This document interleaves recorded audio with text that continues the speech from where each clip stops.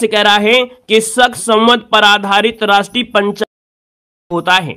चलिए जवाब देना है, फटाफट जवाब देना है। आपसे कह रहा है शक संवत पर आधारित राष्ट्रीय पंचांग का प्रथम मास जो होता है वो कौन होता है? दोस्तों याद रखिए इसका आंसर आपका हो जाएगा चैत्र। क्या हो जाएगा? चैत्र। इसका आंसर जो बनेगा वो आपका ए हो जाएगा। नेक्स्ट क्वेश्चन दिया है कि शक संवत पर आधारित राष्ट्रीय पंचांग का अंतिम मास क्या होता है? बहुत बार क्वेश्चन पूछे जाते हैं। तो अंतिम जो आपका कह सकते हैं मास होता है वो होता है, ये होता है फाल्गुन। क्या बोलते हैं? फाल्गुन। ऑप्शन नंबर आपका बनेगा यहाँ पर डी नंबर। अगला है भारत का राष्ट्रीय पशु क्या है? चलिए बताइएगा कि भारत का राष्ट्रीय पशु इनमें से क्या है? यहाँ पर देखिए 3 नंबर आपसे कह रहा है। और भारत का राष्ट्रीय पशु क्या हो जाएगा? आपका बाघ हो जाएगा, जो कि ऑप्शन नंबर आपका सी राइट हो जाएगा। अगला क्वेश्चन यहाँ पर आपसे दे रहा है कि बाघ से पूर्व भारत का जो राष्ट्रीय पशु था वो क्या था? बाघ से पूर्व भारत का राष्ट्रीय पशु क्या था? तो याद रखिएगा सिंह था। ऑप्शन नंबर आपका सी हो जाएगा, सिंह हो जाएगा। अगला भारत का राष्ट्रीय पक्षी है। चलिए गुड मॉर्निंग सभी को, गुड मॉर्निंग। यहाँ पर देखो दिया भारत का राष्ट्रीय पक्षी क्या है? आप कहेंगे 4 5 का ऑप्शन बनेगा। यहाँ पर ये नंबर मयूर हो जाएगा अर्थात मोर हो जाएगा। अगला है मध्य प्रदेश राज्य के किस जिले में राष्ट्रीय पक्षी बहुतायत में मिलते हैं? तो दोस्तों यार राष्ट्रीय पक्षी बहुतायत में अर्थात जो मोर मिलते हैं ये मुरैना आपके मिलते हैं। मुरैना आपका जो आंसर बनेगा आपका ए नंबर। अगला है भारत के राष्ट्रीय ध्वज की लंबाई और चौड़ाई। पूछा गया है भारत का जो राष्ट्रीय ध्वज है उसकी लंबाई चौड़ाई का अनुपात इनमें से क्या है? हमेशा क्वेश्चन पूछा जाता है। और जब लंबाई चौड़ाई पूछे तो आप कहेंगे सर लंबाई होती है 3 और चौड़ाई होती है 2, मतलब ऑप्शन नंबर आपका बी यहाँ पर राइट हो जाएगा, बी बन जाएगा। लेकिन कभी कभी एग्जाम में ये भी क्वेश्चन बन जाता है कि पहले लंबाई नहीं देता, पहले चौड़ाई दे देता है। और जब चौड़ाई दे देता है तो फिर क्या होता है? जल्दीबाजी में क्वेश्चन गलत हो जाता है। इसलिए दोनों क्वेश्चन एक साथ दे दिए गए हैं। याद रखिए जब चौड़ाई और लंबाई पूछे तो आपको बताना है 2:3 हो जाएगा। क्लियर हो गया? आगे बढ़िए। क्वेश्चन दिया गया है कि भारत के राष्ट्रीय ध्वज के मध्य में बने धर्म चक्र का जो रंग है वो आपका है क्या? जो भारत का राष्ट्रीय ध्वज है इसमें बना जो चक्र है वो आपका रंग पूछा गया है। तो यहाँ पर ऑप्शन नंबर क्या हो जाएगा? ए नंबर। याद रखिएगा समुद्री नीला, है ना। यहाँ पर क्या या गहरा नीला बोल दें? क्या बोले भाई? यहाँ पर आप लोग समुद्री नीला ना कह के आप गहरा नीला बोलिए, ज्यादा बेस्ट रहेगा। आंसर आपका बी बन जाएगा। गहरा नीला आपका हो जाएगा, गहरा नीला हो जाएगा। आगे क्वेश्चन आपसे अगला पूछा गया है हो जाएगा। अगला दिया गया है कि स्वतंत्र भारत के राष्ट्रीय ध्वज, यहाँ पर देखिए इनका नाम है पिंगली वेंकैया। क्या नाम है? पिंगली वेंकैया। ऑप्शन नंबर आपका डी राइट हो जाएगा। नेक्स्ट क्वेश्चन यहाँ पर दिया गया है बफरिंग हो रही है तो बता दीजिए भाई, है ना। यहाँ पर देखिए बफरिंग हो रही है तो परेशान ना होइए, बफरिंग हो रही है, समझ गए। चलिए बफरिंग हो रही है, अब नहीं होगी, ठीक है। चलिए यहाँ पर देखिए आपसे कह रहा भैया क्या यहाँ पर दिया है कि स्वतंत्र भारत का राष्ट्रीय ध्वज का जो डिजाइन बनाया था वो किसने बनाया था? ये क्वेश्चन आपसे कह रहा है। अब बफरिंग नहीं होगी, परेशान मत होइए। चलिए यहाँ पर देखिए आपका जो आंसर बनेगा इनमें से वो राइट का हो जाएगा, पिंगली वेंकैया हो जाएगा। नेक्स्ट क्वेश्चन दिया है कि भारत का राष्ट्रीय गान क्या पूछा है? भारत का जो राष्ट्रीय गान है यहाँ पर कहेंगे सर भारत का जो राष्ट्रीय गान है यहाँ पर हो जाएगा जनगण मन। क्या हो जाएगा? जनगण मन हो जाएगा। अगला है कि भारत के राष्ट्रीय जो राष्ट्रीय गान है इसके रचयिता कौन है? तो जब राष्ट्रीय गान के रचयिता पूछे तो आपको बताना रविन्द्रनाथ टैगोर। ऑप्शन बी हो जाएगा। अगला दिया गया है कि राष्ट्रीय गान जो आपका जनगण मन है सर्वप्रथम कब और कहां पर गाया गया था? तो आप कहेंगे सर आपके 1911 में कोलकाता अधिवेशन में गाया गया था। तो ऑप्शन क्या हो जाएगा? यहाँ पर ए हो जाएगा। नेक्स्ट क्वेश्चन दिया गया है कि भारत के राष्ट्रीय गान जनगण मन को संपूर्ण रूप से गाने में कितना समय लगता है? तो भैया जनगण मन को गाने में जो समय लगता है वो कितना लगता है? आप कहेंगे सर जी 52 सेकंड लगता है। ऑप्शन नंबर आपका बी यहाँ पर राइट हो जाएगा। कितना हो जाएगा?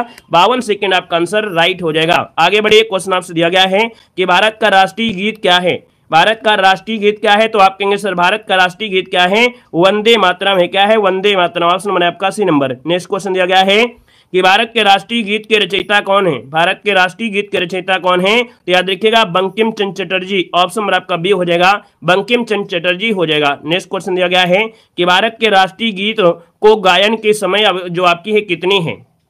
चलिए भारत के राष्ट्रीय गीत गाने की जो समय है वो आपकी कितनी है? तो याद रखिएगा यहाँ पर 65 सेकंड। कितना है? 65 सेकंड आपको बताना है, क्योंकि यहाँ पर राष्ट्रीय गीत की बात हो रही है ना, जनगण मन की बात नहीं हो रही है। 52 सेकंड की बात नहीं हो रही है। हमने कहा जल्दीबाजी में क्वेश्चन मत गलत करिएगा। हमने कहा यहाँ पर जनगण मनगण की बात नहीं है, याद रखिए यहाँ पर 65 सेकंड आपका हो जाएगा, ठीक है ना। अगला क्वेश्चन यहाँ पर दिया गया है कि भारत का राष्ट्रीय गीत वंदे मातरम जो सर्वप्रथम गाया गया था वो कब गाया गया था, आपका जवाब देना है। चलिए यहाँ पर आंसर क्या हो जाएगा, तो भारत का राष्ट्रीय गीत वंदे मातरम सर्वप्रथम कब गाया गया था। देखिए 19 नंबर का जो ऑप्शन है वो आपका राइट क्या हो जाएगा, यहाँ पर बी हो जाएगा, याद रखिएगा 1896 ईस्वी में। यहाँ पर देखें कि 1896 में, और याद रखिए 1896 की बात करते हैं तो भैया कलकत्ता अधिवेशन में आपका हो जाएगा। आगे बढ़िए, क्वेश्चन दिया गया है कि भारत का जो राष्ट्रीय गीत है वंदे मातरम किस ग्रंथ से संकलित किया गया है। चलिए जवाब देना, आपका आंसर क्या हो जाएगा कि भारत का जो राष्ट्रीय गीत है वंदे मातरम किस ग्रंथ से संकलित किया गया है, और ये लिया गया है आनंद मठ से। कहां लिया गया है, आनंद मठ से। ऑप्शन नंबर क्या हो जाएगा, यहां पर बनेगा आपका सी नंबर है, राइट हो जाएगा। नेक्स्ट क्वेश्चन आपसे कह रहा है भैया यहाँ पर देखें कि आकाशवाणी और दूरदर्शन के दैनिक कार्यक्रमों की जो शुरुआत होती है वो किससे होती है। चलिए यहां पर बताइएगा कि भैया जो आकाशवाणी है दूरदर्शन इनका दैनिक कार्यक्रम की जो शुरुआत ही होती है ये होती है राष्ट्रीय गीत से। किससे होता है, राष्ट्रीय गीत से होती है। ऑप्शन बी हो जाएगा राष्ट्रीय गीत। अगला क्वेश्चन यहाँ पर आपसे दिया गया है कि सारनाथ स्थित राष्ट्रीय स्तंभ का कौन सा भाग राष्ट्रीय प्रतीक के रूप में लिया गया है। तो भैया आप देखते हैं कि जो राष्ट्रीय स्तंभ से लिया गया है राष्ट्रीय प्रतीक, और ये लिया गया है शीर्ष भाग। क्या लिया गया है, शीर्ष भाग। ऑप्शन नंबर आपका ए हो जाएगा। अगला है भारत के राष्ट्रीय प्रतीक में निम्नलिखित में से कौन सा पशु दृष्टिगत नहीं है। तो भैया राष्ट्रीय प्रतीक में आपको सिंह मिलेगा, सांड मिलेगा, यहाँ पर घोड़ा भी मिलेगा, लेकिन याद रखिएगा हिरण नहीं है। तो ऑप्शन नंबर आपका डी हो जाएगा, हिरण। अगला क्वेश्चन दिया गया है कि भारत के राष्ट्रीय प्रतीक चिन्ह में कितने शेर दिखाई देते हैं। कितने शेर दिखाई देते हैं, और जब दिखाई देते हैं तो आप कहेंगे सर जी 3 हैं। कितने, 3 दिखाई देते हैं, लेकिन है 4, है ना। दिखाई देते हैं तो आपको 3 बताना है। नीचे क्वेश्चन दिया गया है, मतलब हर एक वो क्वेश्चन दिया गया है जो आप लोग सोच रहे हैं कि नहीं इसके बारे में डिटेल में ले, उसके बारे में ऑब्जेक्टिव क्वेश्चन पूरा का पूरा है। देखिए दिया गया है भारत का राष्ट्रीय चिन्ह अशोक महान, है ना, अशोक महान द्वारा सारनाथ में स्थापित अशोक स्तंभ से लिया गया है। इसमें कितने सिंह हैं। जब ऐसा क्वेश्चन पूछे तो आपको बताइएगा 4 सिंह है। कितने हैं, 4 सिंह है। जब दिखाई देने की बात करें तब 3 बताना है। अगला है कि भारत के राष्ट्रीय संवत के रूप में किस संवत को मान्यता प्रदान की गई है। तो भैया भारत में जो संवत है ये शक संवत को मान्यता मिली है। ऑप्शन बी बनेगा। अगला दिया गया है कि भारतीय संविधान ने तिरंगे को राष्ट्रीय ध्वज के रूप में जो अपनाया था ये कब अपनाया था। चलिए फटाफट जवाब देते रहिए भैया, है ना, थोड़ा फास्ट रहेंगे। यहां पर देखो आपसे कह रहा है कि राष्ट्रीय ध्वज को जो अपनाया गया था ये आपके 22 जुलाई 1947। ऑप्शन नंबर आपका हो जाएगा सी, 22 जुलाई 1947। अगला है राष्ट्रीय पक्षी मोर का वैज्ञानिक नाम क्या है। राष्ट्रीय पक्षी मोर का वैज्ञानिक नाम क्या हो जाएगा। तो दोस्तों याद रखिए 28 नंबर का ऑप्शन क्या हो जाएगा, यहां पर आंसर क्या बनेगा चलिए बताइए, इसका हो जाएगा पावोक्रिस्टेटस। क्या हो जाएगा, पावोक्रिस्टेटस, जो कि ऑप्शन आपका डी नंबर है, राइट हो जाएगा। नेक्स्ट क्वेश्चन आपसे कह रहा है राष्ट्रीय फूल कमल का वैज्ञानिक नाम क्या है। तो राष्ट्रीय फूल कमल का वैज्ञानिक नाम है, याद रखिएगा, नेलंबो न्यूसीफेरा गार्टन। ऑप्शन नंबर यहाँ पर बी हो जाएगा। नेक्स्ट क्वेश्चन दिया गया है कि भारत का राष्ट्रीय वृक्ष का जो वैज्ञानिक नाम है आपका क्या है। क्या आपको मालूम है भारत का राष्ट्रीय वृक्ष क्या है। अगर फास्ट पूछ लिया जाए तो थोड़ा सोचना पड़ जाता है। याद रखिए भारत का राष्ट्रीय जो वृक्ष है वो आपका है क्या। तो आप कहेंगे सर यहाँ पर बरगद है, और बरगद दिया है तो इसका भैया वैज्ञानिक नाम है फाइकस बैंथालिसिस। क्या नाम है, याद रखिए फाइकस बैंथालिसिस हो जाएगा। अगला क्वेश्चन